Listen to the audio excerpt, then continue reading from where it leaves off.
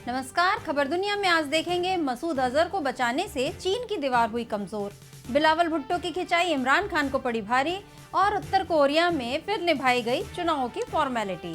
इसके अलावा दुनिया रंग बिरंगी में देखेंगे एयरपोर्ट पर बिछड़े बच्चे की कहानी।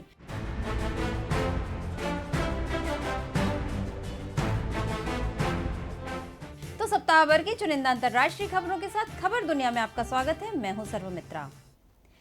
जैश ए मोहम्मद के सरगना मसूद अजहर को ग्लोबल आतंकी घोषित कराने में चीन ने फिर रोड़ा अटकाया, लेकिन अब पाकिस्तान का साथ देना चीन को ही भारी पड़ रहा है, क्योंकि अब पाकिस्तान के साथ साथ चीन की छवि भी आतंकियों का साथ देने वाले देश की बन गई है। संयुक्त राष्ट्र सुरक्षा परिषद में जैश ए मोहम्मद के मुखिया मसूद अजहर को ग्लोबल आतंकी घोषित करने का प्रस्ताव चौथी बार चीन के कारण अटक गया।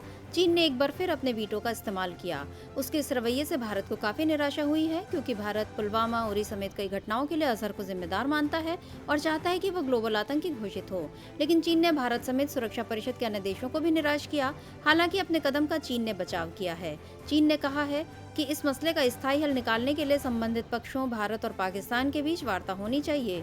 चीन के विदेश मंत्रालय के प्रवक्ता लू कांग ने कहा कि पेइचिंग का फैसला सुरक्षा परिषद की 1267 समिति के नियमों के अनुसार है। चीन को वास्तव में ये उम्मीद है कि इस समिति के प्रासंगिक कदम संबंधित देशों की मदद करेंगे कि वे वार्ता एवं विचार विमर्श करें और क्षेत्रीय शांति एवं स्थिरता के लिए कोई समस्या पैदा न हो।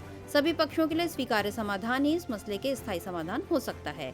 लेकिन चीन के इस कदम का विरोध हो रहा है। संयुक्त राष्ट्र सुरक्षा परिषद में अमेरिकी राजनयिक ने चीन को चेतावनी देते हुए कहा कि इससे दूसरे देशों को अन्य एक्शन लेने के लिए मजबूर होना पड़ सकता है। अगर बीजिंग आतंकवाद से लड़ने के लिए गंभीर है तो उसे पाकिस्तान और अन्य देशों के आतंकियों का बचाव नहीं करना चाहिए। एक दूसरे डिप्लोमेट ने कहा कि चीन ने सूची में अजहर को शामिल करने के कदम में चौथी बार बाधा डाली है। चीन की समिति को उस काम को करने से नहीं रोकना चाहिए जो सुरक्षा परिषद ने उसे सौंपा है। अमेरिकी विदेश मंत्रालय के उप प्रवक्ता रॉबर्ट पलाडिनो ने कहा, अजहर जैश ए मोहम्मद का संस्थापक और सरगना है तथा उसे संयुक्त राष्ट्र की ओर से आतंकवादी घोषित करने के लिए पर्याप्त कारण है। उन्होंने कहा कि जैश कई आतंकवादी हमलों में शामिल रहा है और वह क्षेत्रीय स्थिरता एवं शांति के लिए खतरा है। चीन का साथ एक बार फिर मिलने पर पाकिस्तान खुश हो सकता है, लेकिन इमरान खान सरकार के लिए अभी मुसीबतें खत्म नहीं हुई हैं। वैश्विक स्तर पर तो पाक सरकार की आलोचना हो ही रही है।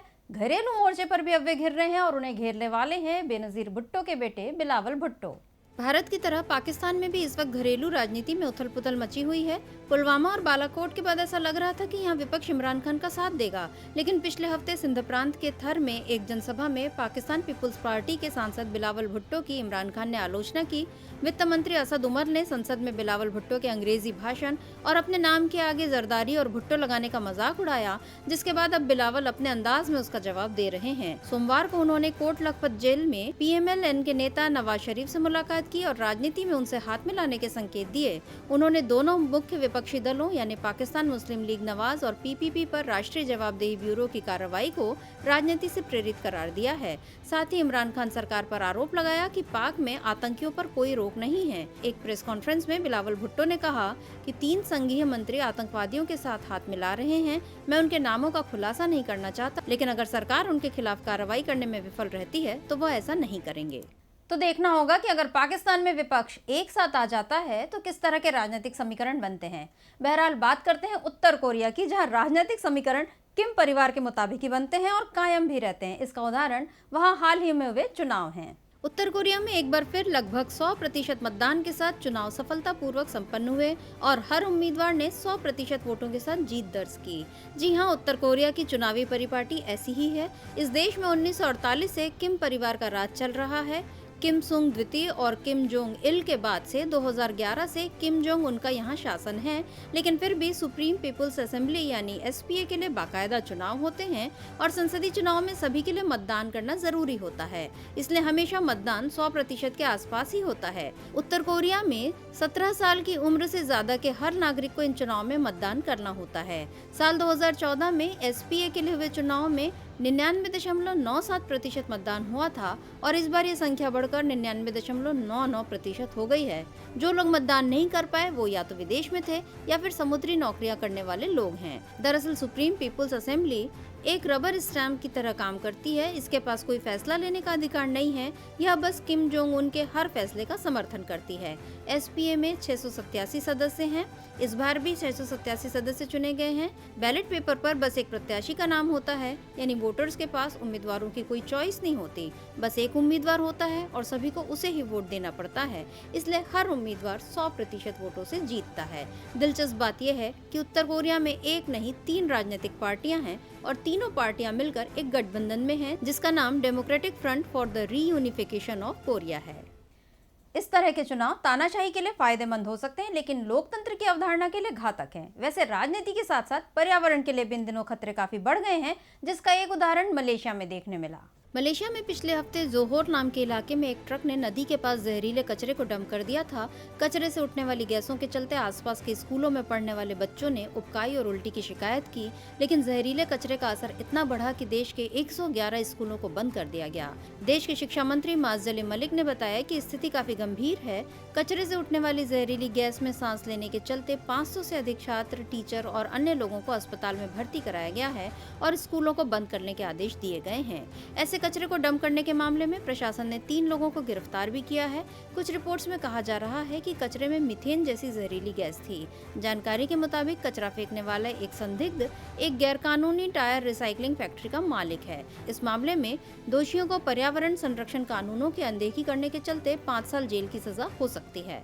प्रदूषण जैसी गंभीर समस्या से लड़ना कोई बच्चों का खेल नहीं है, लेकिन जब दुनिया के ताकतवर लोग ही इस ओर ध्यान नहीं दे रहे, तो एक बच्ची ही इस दुनिया को बचाने की मुहिम के लिए आगे आई। 16 साल की ग्रेटा थनबर्ग ने स्कूली बच्चों की हड़ताल बुलाई है ताकि लोग पर्यावरण के खतरों को समझ सकें। शुक्रवार को दुनिया के करीब 105 देशों के हजारों स्कूली बच्चों ने ग्रेटा थनबर्ग के आह्वान पर पर्यावरण बचाने के लिए हड़ताल की। स्वीडन की ग्रेटा इससे पहले भी पर्यावरण संरक्षण के लिए काम करती रही हैं।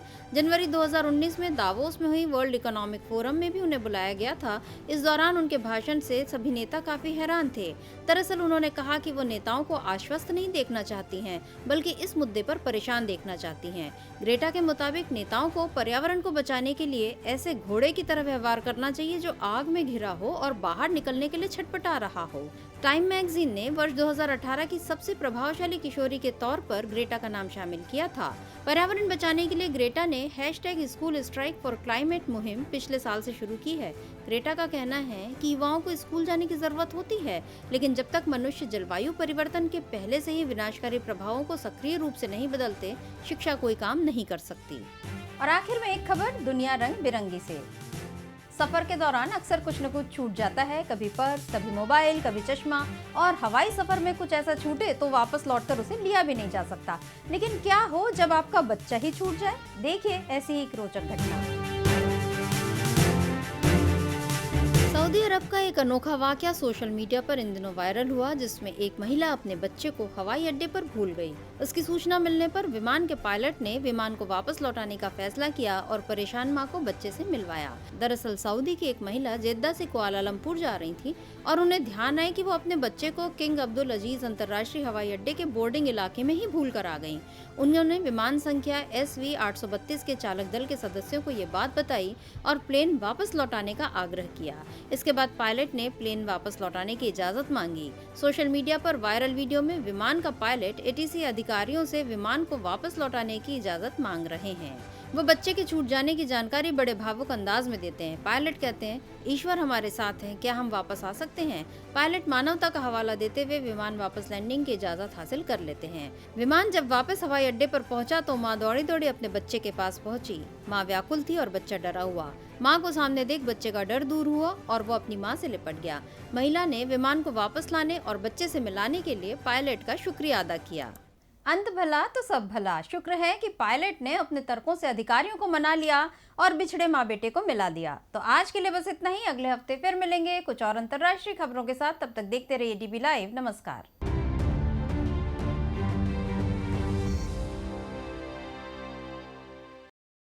हमारे चैनल से जुड़े रहने के लिए YouTube पर टाइप करें DB लाइव, सब्सक्राइब बटन को क्लिक करें और बेल आइकन को दबाना ना भूलें ताकि खबरें आप तक पहुंचती रहें। देखते रहिए DB लाइव, क्योंकि यहाँ हैं खबरें लगातार। हम विश्वास करते हैं डेमोक्रेसी में। डेवलपमेंटल जर्नलिज्म में, डायलॉग में हम हैं बोल्ड, ब्राइट और balanced. Deshbandhu presents TV live online TV, जहां है खबरें लगातार।